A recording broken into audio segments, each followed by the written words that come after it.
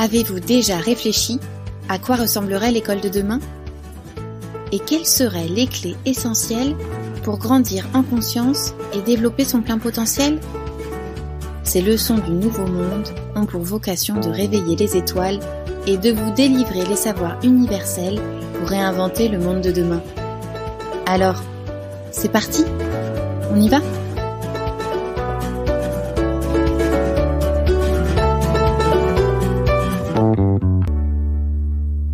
Les leçons du nouveau monde, leçon numéro 2. Conquérir sa liberté. Partie 2. Affronter nos démons intérieurs en développant sa volonté, sa résistance et sa force. Oyez, oyez, enfants de la Terre. Nous voici de nouveau réunis pour écouter Alicia qui reprend la leçon qu'elle avait commencée la dernière fois. Vous avez compris que pour conquérir votre liberté, il était primordial de connaître la vérité, c'est-à-dire de savoir que nous sommes tous, chacun, des êtres formidables et incroyables, dotés d'une puissance extraordinaire. Il ne faut pas en douter. Jamais. Je compte sur vous. Car c'est cela qui vous donnera le courage d'affronter les tempêtes les plus dures. Aujourd'hui, Alicia va poursuivre cette leçon sur la liberté en vous aidant à vous confronter davantage à vos démons intérieurs. Pour cela, elle a choisi d'emmener les enfants à la montagne face à un tunnel et elle souhaite t'emmener avec elle pendant cette expérience. Prêts? Accrochez vos ceintures, ça va secouer. Bonjour les enfants, heureuse de vous retrouver pour vous transmettre les derniers renseignements de cette deuxième clé essentielle sur la liberté. Comme je vous sais désormais motivé et plein de courage, nous allons aujourd'hui aborder la deuxième partie de cette leçon qui nous permettra de faire face à nos peurs et nos démons intérieurs. Nous allons pour cela traverser un long tunnel dans lequel il faudra les affronter car c'est le seul moyen pour conquérir vraiment et complètement notre liberté. Cette liberté qui nous attend au bout de ce tunnel, là où règne la lumière, la confiance et la paix.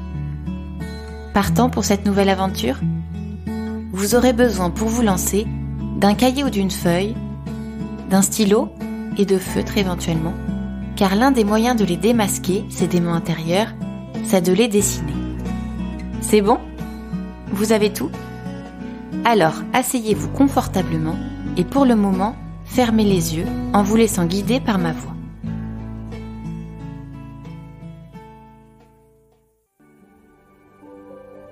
Imaginez que vous êtes face à un tunnel. Vous hésitez à y entrer, vous pressentez que la traversée ne va pas être facile. Mais vous savez que vous en avez toutes les capacités. C'est la seule et unique voie pour avancer et conquérir pleinement votre liberté. Vous rassemblez toutes vos forces et respirez profondément.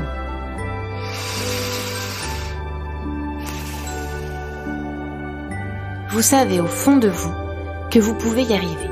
Vous vous le répétez plusieurs fois pour vous en convaincre comme un mantra. Je peux y arriver car je suis fort et capable. Je peux y arriver car je suis forte et capable.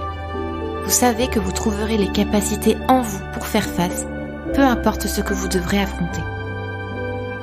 Ça y est, vous vous lancez à la conquête de ce tunnel dans lequel vous savez que vous rencontrerez vos peurs qui pourront prendre différents visages. Mais vous avancez confiant car vous êtes fort et capable. Il fait sombre. On peut entendre des gouttes tomber, une à une, et résonner en écho sous cette grande montagne. Vous continuez pourtant d'avancer malgré votre appréhension. Et des peurs se présentent. Observez-les, comme un explorateur qui analyse les obstacles sur sa route avec beaucoup de détachement. Quelles sont les formes, les monstres, les bruits ou bien les sensations qui vous viennent à l'esprit? Quelles sont ces peurs qui pourraient vous faire obstacle et obstruer le passage? Essayez de mettre des mots dessus. Notez-les dans votre cahier. Vous pouvez même dessiner le tunnel si ça vous aide, en illustrant les peurs que vous rencontrez pendant votre traversée. L'un des atouts pour s'en libérer est de les identifier et de les nommer. Ainsi, en ouvrant les yeux sur ce qui nous arrive, en regardant nos peurs et nos doutes bien en face, nous faisons preuve d'un immense courage, nous permettant ainsi de nous délester de ce qui encombre notre chemin. vous poursuivez votre exploration un peu plus confiant car vous savez à présent ce que vous risquez de rencontrer sur votre route. Cependant, le tunnel reste sombre et vous aurez peut-être envie de vous munir d'un objet magique pour vous aider dans votre traversée. Une épée, une baguette, un bouclier de lumière, laissez venir cet objet à vous, peu importe la forme qu'il prendra, et dessinez-le si vous le souhaitez. Cet objet apparaît à vos côtés pour vous aider à faire face à tout ce que vous rencontrerez de négatif sur votre chemin. Alors, ayez confiance en sa protection puissante. Il est comme un prolongement de vous-même sur lequel vous pouvez vous appuyer. Avec confiance et persévérance, muni de votre objet de pouvoir, vous continuez d'avancer. Tout au long de votre traversée, vous êtes protégé par des alliés puissants, des potentiels, qui peuvent venir vous prêter main forte. Cela peut être des dragons pour vous donner du courage, des papillons ou des créatures ailées pour vous faire prendre de la hauteur, des lucioles et des anges pour éclairer votre route. Peu importe leur faculté ou leur apparence, ces amis sont là pour vous soutenir dans cette épreuve. Alors n'hésitez pas à faire appel à eux, à les remercier et à noter leur nom, leur forme ou leur couleur dans votre cahier. Après quelques pas supplémentaires, vous vous rapprochez enfin de la sortie. Vous le savez car vous entrevoyez la lumière au loin. Vous accélérez le pas, impatient d'atteindre l'autre côté, et vous arrivez finalement au bout de ce long tunnel, soulagé, heureux et grandi. Autour de vous, tout est lumineux. Vous observez les plantes, les animaux et les pierres, et vous remarquez que tout irradie d'une incroyable lumière dorée. Une lumière qui émane de vous, et qui vient éclairer ce chemin tortueux et froid que vous venez d'emprunter. Vous êtes comme un soleil rayonnant de mille feux, capable désormais d'illuminer même dans les endroits les plus sombres. Peut-être que vous ne le percevez pas, mais vous avez réellement changé. Vous venez d'acquérir une plus grande sagesse, une vision plus juste de vous-même et du monde qui vous entoure. Vous pouvez être fier de vous. Prenez le temps de respirer calmement et profondément.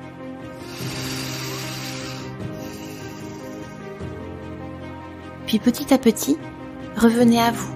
Ouvrez vos yeux et regardez ce que vous avez écrit ou dessiné dans votre cahier. Nous allons à présent prendre un temps pour partager notre expérience. Sachez que vous pourrez à tout moment refaire cette traversée intérieure. Elle nous permet d'en savoir plus sur nous et nos peurs enfouies. Ce tunnel est une image, un passage obligé pour ceux qui veulent avancer en vérité, car c'est seulement après l'avoir traversé que nous découvrons notre potentiel illimité et que nous nous autorisons à être qui nous sommes vraiment. Vous pouvez vraiment être fiers de vous. Vous avez réussi cette épreuve avec succès, démasqué vos propres démons et fait la lumière sur ce qu'ils sont vraiment, de mauvaises pensées qui n'ont plus d'emprise sur vous. Vous savez à présent que vous êtes le capitaine de votre navire, aventurier courageux, capable de traverser les endroits les plus hostiles, car vous savez protéger.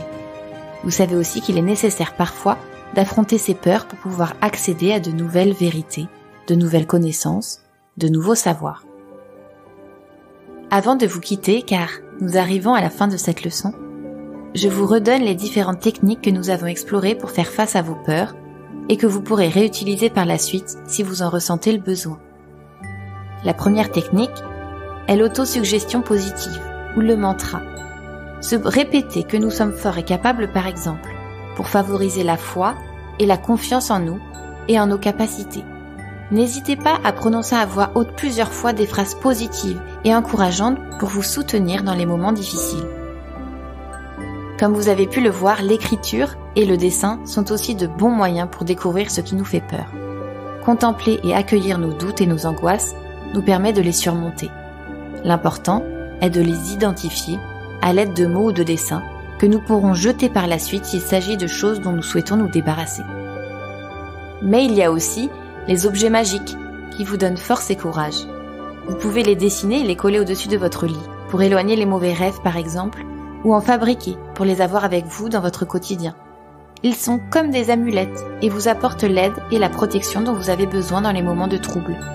Vous pouvez enfin demander l'aide des anges ou des guides, vos alliés, que j'aime aussi appeler vos potentiels. Ils vous accompagnent depuis toujours et sont avec vous dans chacune des étapes de votre vie pour vous aider à révéler tous vos potentiels. À vous de choisir là ou les techniques qui vous conviennent le plus pour conquérir votre liberté et vous libérer de vos peurs. Merci les enfants d'avoir suivi cette deuxième leçon. Voici un autre poème inspiré de tous ces enseignements sur la liberté. La liberté est un trésor que l'on conquiert grâce à de nombreux efforts.